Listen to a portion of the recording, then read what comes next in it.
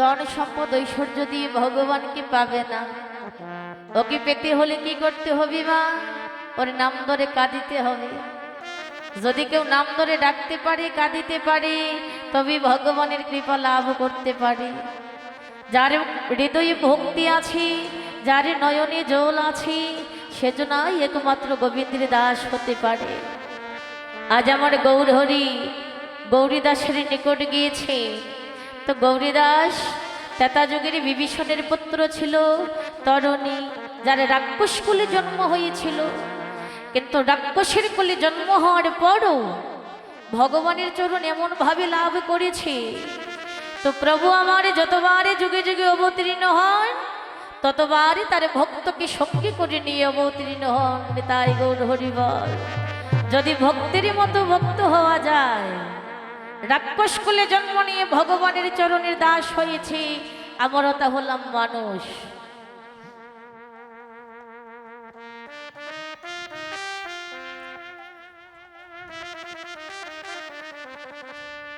ওই যে তরুণী ছিল মা,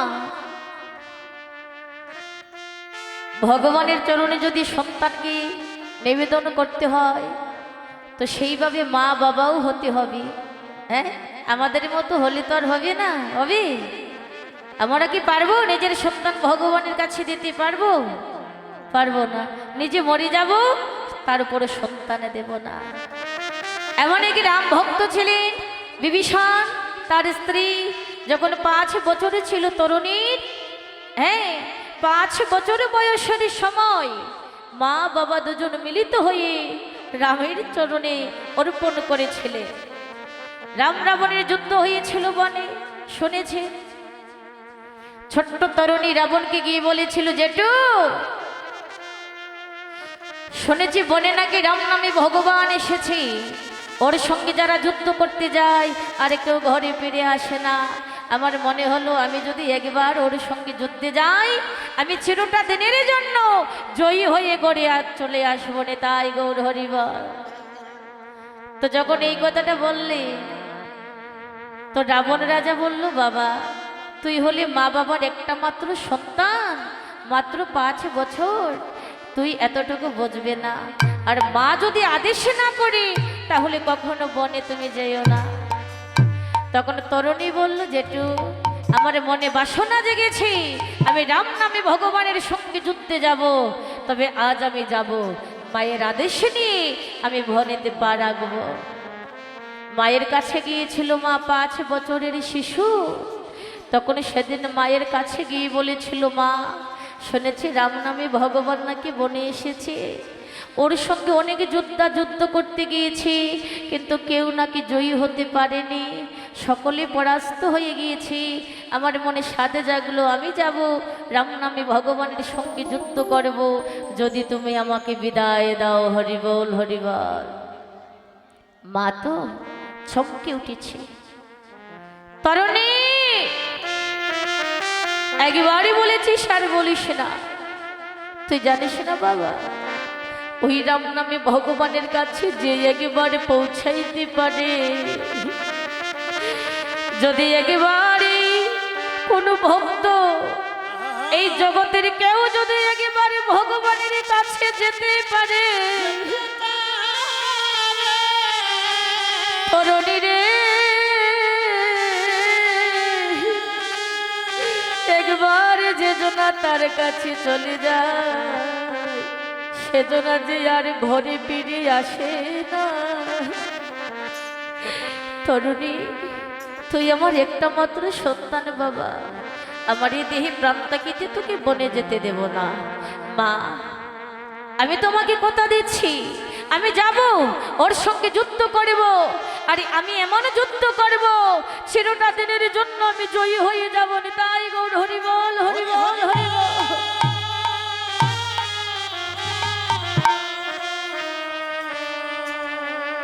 সেদিন মা সন্তানের কথাটা শুনিয়া, তখন মা মনে মনে ভাবল, আমরা তো রাক্ষস কুলে জন্ম নিয়েছি, ওই রাক্ষসের কোল থেকে যদি উদ্ধার হতে হয়, আজ আমার সন্তানে যদি রামের কাছে পাঠিয়ে দেয়, আর রামচন্দ্রের হাতে যদি আমার সন্তানে পরাস্ত হয়ে যায়, তাহলে মনে মনে ভাববো আমার এই মায়ের জন্মটা ধন্য হয়েছে। কেমন মা বাবা, যে মা 10 মাসে 10 দিনে সন্তান গর্ভে ধারণ করেছে, মা জানে ওই সন্তান যদি একবারে ঘরের বাহির হয়ে যায় আর কখনো তাকে মা বলে কোনোদিন ডাকবে না, জেনেও তাকে বিদায় দিয়েছিল। কেমন মা। তরুণী বলেছিল, মা আমাকে তুমি সুন্দর করে সাজিয়ে দাও, আমাকে যুদ্ধের বেশি সাজিয়ে দাও। মা বলেছিল, তরুণী আজ আমি তোকে সাজাবো বাবা, আজ আমি তোকে এমন ভাবে সাজাবো যে সাজে কখনো কোনোদিন কোনো যুদ্ধ আজ পর্যন্ত বনে যেতে পারেনি। আজ আমি সেইভাবে তোর এই দেহটাকে সাজিয়ে দেব। মা তুমি কি দিয়ে সাজাবে? কটোরার মধ্যে চন্দন বসিয়ে এনেছি বাবা, একটা তুলসী পত্র এনেছি, ওই তুলসী পত্র দিয়ে চন্দন এনে মস্তক থেকে সর্বঙ্গে শুধু রাম রাম রাম রাম রাম রাম লিখে দিয়েছি।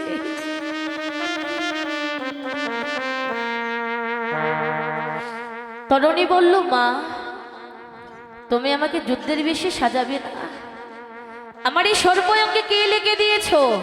ছোট্ট বালক সেটা বোঝে না মা। মা বলেছিল, বাবারে আজ তোর সর্বঙ্গে এমন একজনের নাম লিখে দিয়েছি, ওই নামে নিয়ে যখন তুই বনে যাবে, ওই নামে যখন তোর অঙ্গে দেখবে,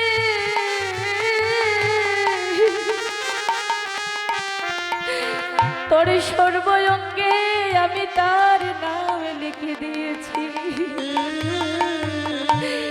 ওই নাম অঙ্গে ধারণ করে যদি তোর দেহের পাখিটা চলে যায়, ওই রামে নাম অঙ্গে লিখে দিয়েছি, ওই নাম অঙ্গে নিয়ে যদি তুই জনমের মতো বিদায় হয়ে যায়, এই জগতে এমন ভাগ্য বল বাবা কার আছে? তরুণী বলি, মা আমি কোথায় যাব? আমি তো যুদ্ধে যাব, আবার তোমার খুলে আমি ফিরে আসব। আমাকে আশীর্বাদ করো, আমি যেন জয়ী হয়ে তোমার কাছে আসতে পারি। সন্তান তোমার বুকের মধ্যে জড়িয়ে ধরেছে। তরুণী তুই তো বনে যাবি, তুই যখন বনে যাবি, তুই যাবার পর এই জগতে আমাকে মা বলার মতো কোনো সন্তান নেই। তরুণী একবার মা বলে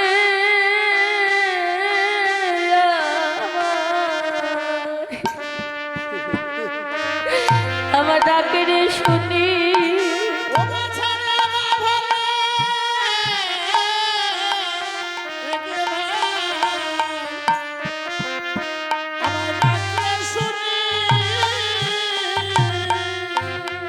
তরুণী রে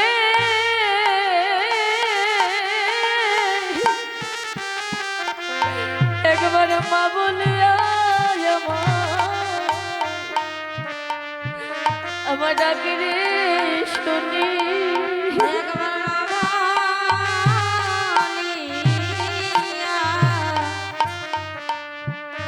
আমার ডাকে শুনি, আমি জোড়া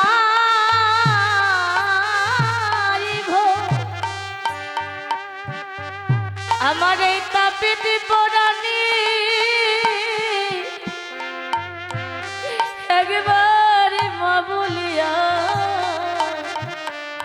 ডাকে রে শুনি,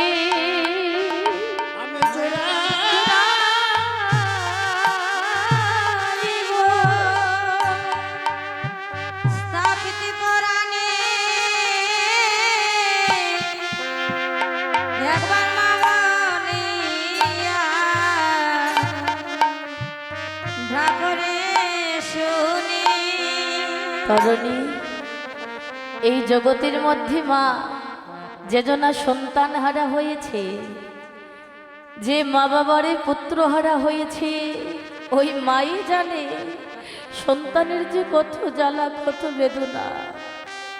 বাবা জেনে শুনেও মা আজ তার নিজের সন্তানকে মৃত্যুর কুলে পাঠিয়ে দিচ্ছে। তরুণীকে জড়িয়ে ধরে নয়নের জলে বুক বাসিয়ে কাঁদছে। তরুণী, ওরে পুতুর সুখে যে যন্ত্রণা,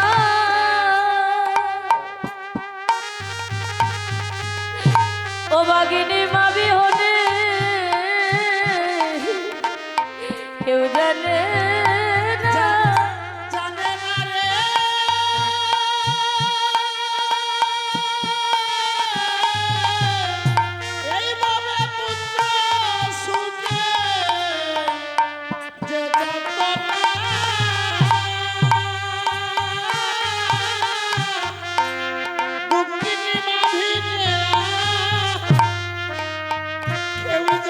না। ওরে পুত্র সুখে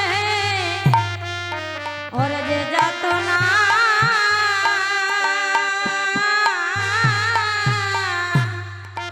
আমার মা বিহনে কেউ জানে না। ও মায়ের সারা জন্য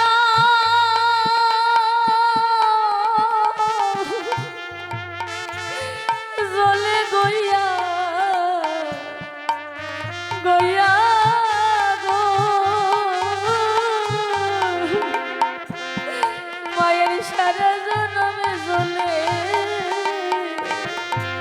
গইয়া গইয়া।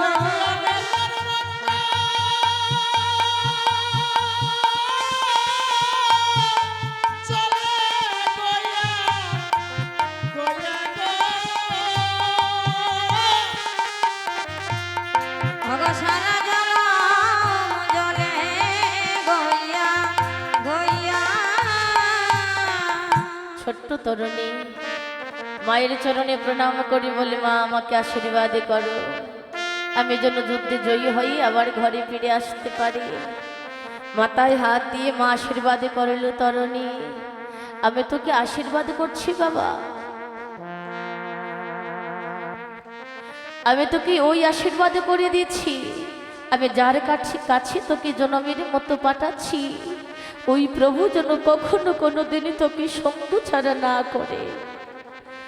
সন্তানকে ওই আশীর্বাদ দিয়েছেন, দেওয়ার পরে তরুণী মায়ের কাছ থেকে বিদায় নিয়ে বনেতে চলে গেলেন। আজ রামের সঙ্গে যুদ্ধ করবে। ছোট্ট বালক তীরধনুক হাতে করে নিয়ে রাম রাম বলে চিৎকার করছি, বলে কোথায় আছো রাম নামে ভগবান, যদি সাহস থাকে তাহলে এসো আমার সঙ্গে যুদ্ধ করো। রামের কাছে বিভীষণ দাঁড়িয়ে আছে। মা যেই নাকি শুনতে পায় ছোট্ট বালকের কণ্ঠ,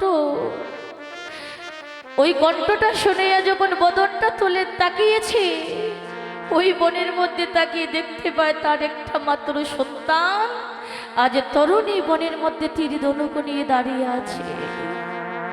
যেই নাকি সন্তানের নয়নে দর্শন করলে আজ বাবার দেহের মধ্যে প্রাণ নেই। মনে মনে কাঁদছি, প্রভু এই বনের মধ্যে কত যোদ্ধার মৃত্যু আমি দেখেছি, শেষ পর্যন্ত বুঝি আমার সন্তানও আজ তোমার কাছে যাবে। তো লুকিয়ে লুকিয়ে কাঁদছি, মনে মনে ভাবছি যদি প্রভু দেখতে পায় যে আমার নয়নে জল, তাহলে তো আরো সমস্যা হয়ে যাবে। অমনি ভাবি রামচন্দ্র বিভীষণকে প্রশ্ন করলো, বিভীষণ ওই দেখো ছোট্ট একটা বালক দাঁড়িয়ে আছে, দেখো তো ওকে চিনতে পারো কিনা। আহা, যেই নাকি বদনটা দিয়েছে বাবা, বদন দিয়ে বলে, প্রভু এই যুদ্ধক্ষেত্রে কত যোদ্ধা আসে, তো সবাইকে তো আর আমি আর চিনি নাই, তাই ওই বালক যে কে ওকে আমি চিনতে পারছি না। নিজের সন্তান, আজ নিজের সন্তানকেও প্রভুর কাছে পরিচয় দিলেন না, দেখেন ভক্ত কাকে বলে, কেমন ভক্ত। বিভীষণ, ওকে তুমি চেনো নাই? বলে না প্রভু। যাও তুমি যুদ্ধ করো। যেই নাকি আদেশ দিয়েছি, রামচন্দ্র তীর ধনুক হাতে করে নিয়ে যুদ্ধ শুরু করলেন। এমন একটা বাণ নিক্ষেপী করিলেন তরুণীকে আঘাত করবে বলে। ওই বাণটা যখন যাচ্ছে দাইয়া তরুণীকে আঘাত করবে, কিন্তু আঘাত করতে পারল না। ধাইয়া যখন গিয়েছি তখন গিয়ে দেখতে পায় মা মস্তক থেকে সর্বঙ্গে শুধু রাম রাম রাম রাম লিখা। ওই বাণটি দূরে দাঁড়িয়ে বলল, প্রভু তুমি যে আমাকে পাঠিয়েছ, ওকে আমি আঘাত করব, ওর কোন অঙ্গে আমি আঘাত করব? আমি যে অঙ্গে আঘাত করব তোমার অঙ্গে ব্রেতা লাগবে প্রভু হে।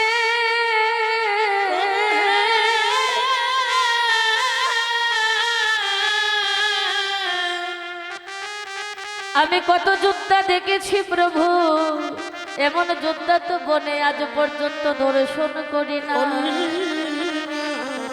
ওই বাণটি দূরে দাঁড়িয়ে বাবা তরুণীকে প্রণাম করি, আবার ছুটে গেল প্রভুর কাছে। তখন বিভীষণ রামচন্দ্রকে, মানে রামচন্দ্র বিভীষণকে বলেছিল, বিভীষণ তো তুমি বলে দাও, এই যুদ্ধক্ষেত্রে যত যোদ্ধার মৃত্যু হয়েছে সকল যোদ্ধার মৃত্যুর কথা তুমি বলেছিলে, তবে আজও তুমি বলে দাও ওই সন্তানকে আমি কোনবার নিক্ষেপ করিলে ছিলটা দিনের জন্য আমি পরাস্ত করব। হরি বল, হরি বল।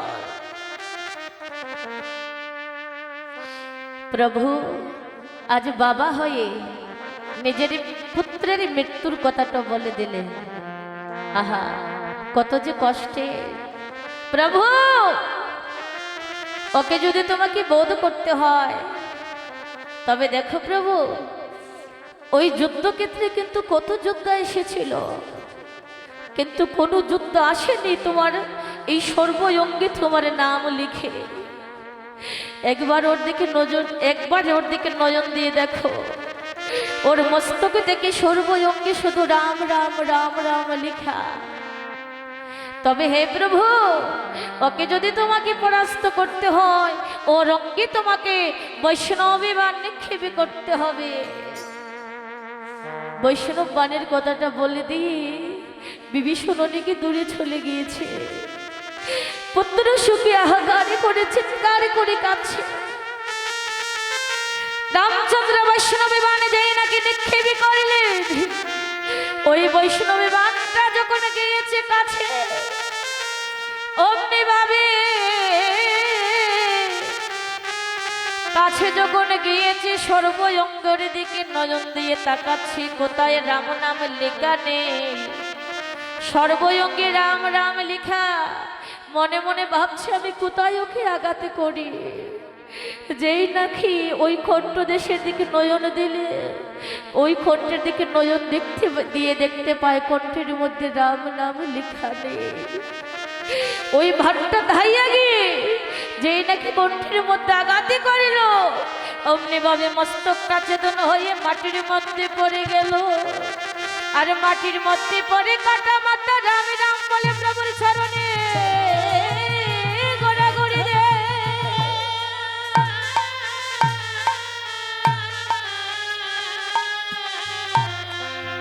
বিভীষণ দৌড়ে ছুটে গিয়ে তার সন্তানের কাটা মাথা যখন হাতে করে নিয়েছে মা, ওই কাটা মাথা হাতে করে নিয়ে ওজোর তার নয়নের জলে চিৎকার করে কাঁদছে। ভগবান সব সহিতে পারে, ভক্তের নয়নের জল দেখলে সইতে পারে না।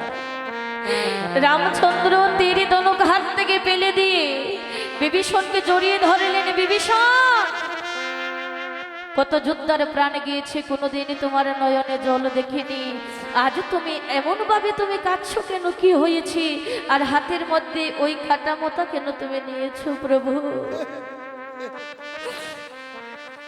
আমার হাতে যে সন্তানের কাটা মাথা দেখতে পাচ্ছ, ওই জগতের মধ্যে একটা মাত্র সন্তান আমার ছিল। আমি যে ঘরে যাব, ঘরে গিয়ে যে বাবাটাকে শুনবো, ওই শোনা আমার ভাগ্যে আর নেই। বিভীষণ, আমি যখন তোমাকে বলেছিলাম ওকে তুমি চিনতে পারো কি না, তাহলে তুমি কেন বলো পরিচয় দাওনি? প্রভু, এই জগতের মধ্যে এসেছে একা যেতে হবে একা, পুত্রও এসেছে একা যেতে হবে একা। আজ আমার সন্তানে তোমার হাতে, তার এই দেহটা থেকে প্রাণ চলে গিয়েছে, ওর মতো ভাগ্য কি আমার হবে? অমনিভাবে বিভীষণকে গলের মধ্যে ঝরিয়ে ধরে বলেছিলেন, প্রভু বিভীষণ, বলো তুমি কি চাও? তুমি যা চাইবে তোমাকে তাই দেব। সেদিন যদি বাবা বিভীষণ বলতো যে আমার সন্তান ফিরিয়ে দাও, প্রভু কিন্তু তাই করতেন, কিন্তু সেটা চাইলেন না। ভক্ত ভগবানের কাছে কি চায়? চরণের মধ্যে আছাড় কি পড়েছে, প্রভু আজ আমি তোমাকে নয়নে দেখতে পাচ্ছি। আমার যখন জীবনের বেলা অবসান হয়ে যাবে, যখন আমারও যাবার সময় হবে, তুমি কথা দাও, ওগো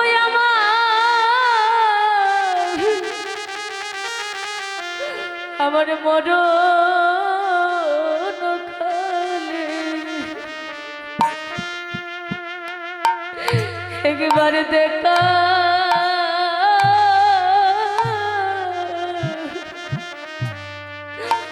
দিও হে,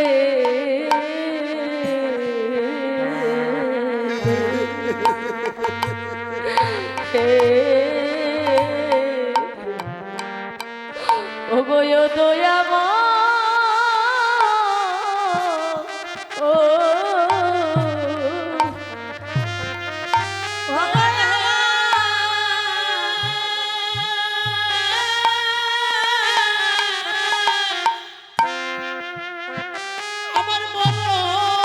কালে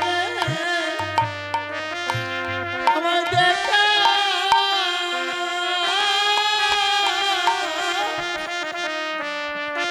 দেখা দিও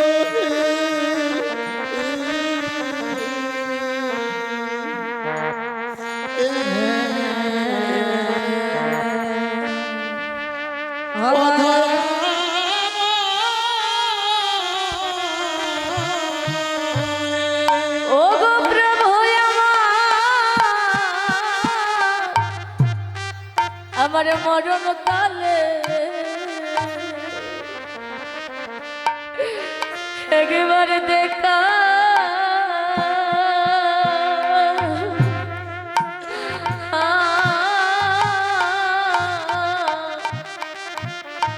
দেখা দিও গো,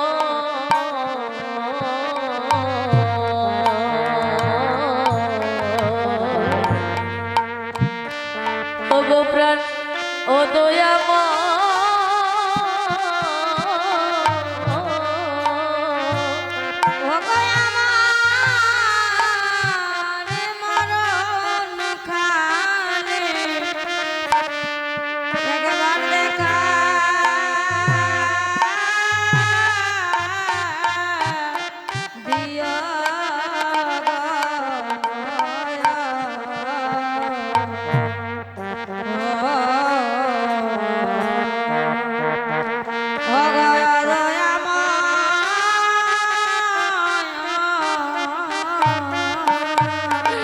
ওরে দয়া, যেদিন আমি জন্মের মতো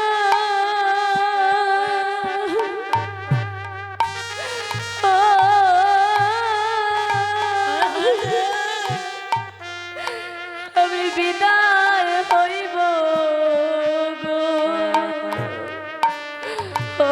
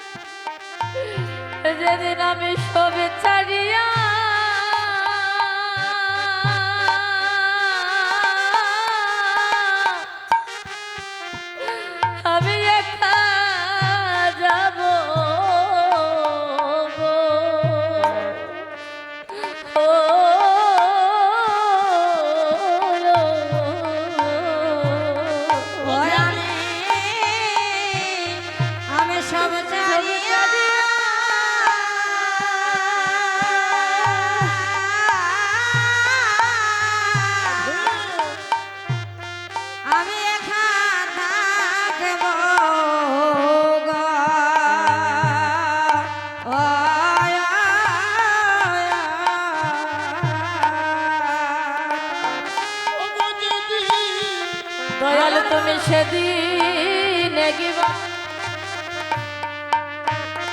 একবারে দেখা দিও।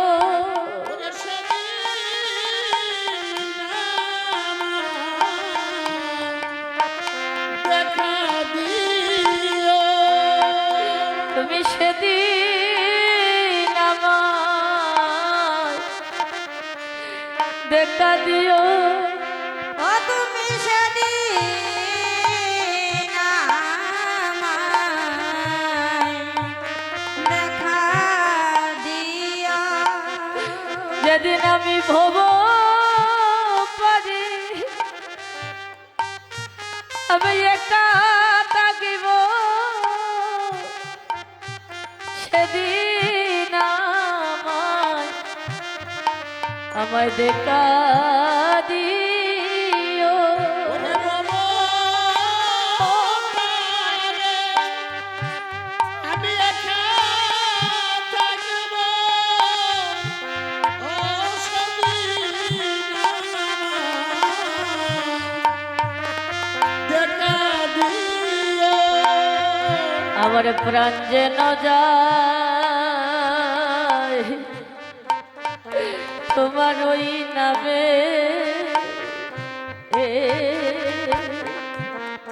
নামে রোশনে। ওই আমার প্রাণে যেন যায় তোমার নামে তোমার নামে। নামের শোনে। ও কৃষ্ণ কৃষ্ণ নামের শোনে প্রাণে যে কৃষ্ণ নামের শোনে প্রাণে না যায়। ও তোমার নামের শোনে আমার এই প্রাণে যে যায়। নামের সঙ্গে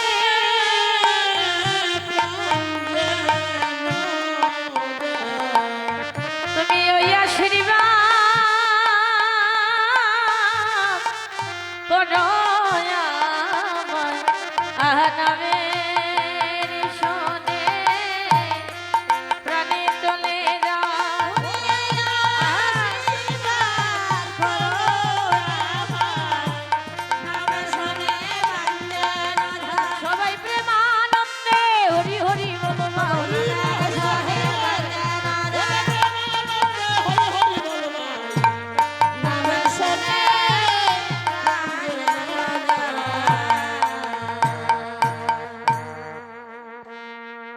তো সেই দিন রামচন্দ্র প্রতিশ্রুতি দিয়েছিলেন বিভীষণকে, বিভীষণ যে পুত্র তুমি আমার চরণে অর্পণ করেছো, আমি তোমাকে কথা দিয়ে যাচ্ছি আমি যুগে যুগে যতবার অবতীর্ণ হইব ততবারে তোমার পুত্রকে আমার মরম সখা করি মরম ভক্ত করে নিয়ে আমি তারপর অবতীর্ণ হইব রে তাই গৌর হরিব। তারপরে সুবলে কলিতে হলো গৌরীদাস, ওর কাছে গিয়ে প্রভু বলল, গৌরীদাস হঠাৎ করে দেখে না আমি যখন শ্রীবাসীরাঙ্গিনা নৃত্য করছিলাম হরিনাম করছিলাম ওই মালার দিকে নয়ন যখন দিয়েছি ব্রজের কথা মনে পড়ে গিয়েছে, তাই তোমাকে বলছি শোনো শোনো গৌরীদাস শোনো মোর কথা। হায় হায় শোনো শোনো গৌরী দাস রে, শোনো মোর কথা। ওই রে আমার এলো ইয়া চলো আমার রাধায় আছে যথা।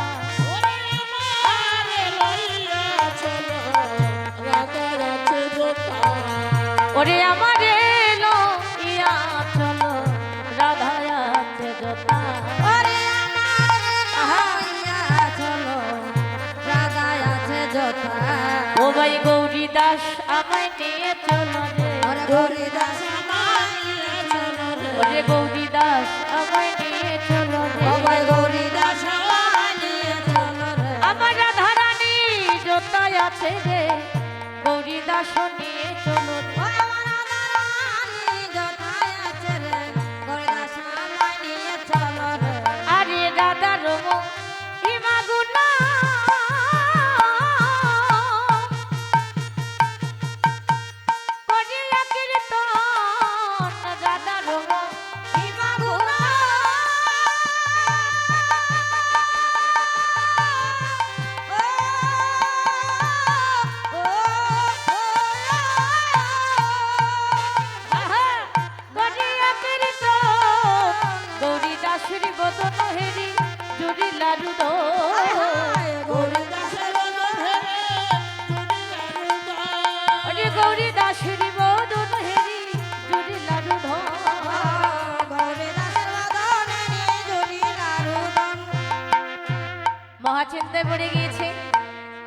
গৌরীদাস মনে মনে ভাবছি নবদ্বীপ মাঝে রাধারানী কোথায় পাবো।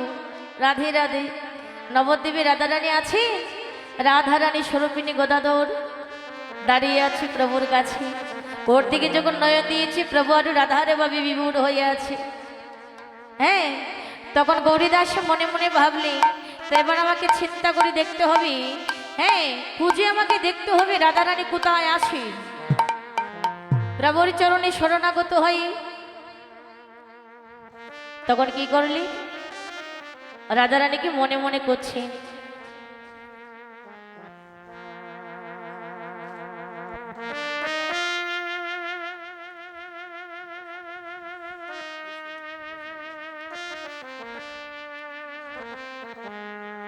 রাধে রাধে।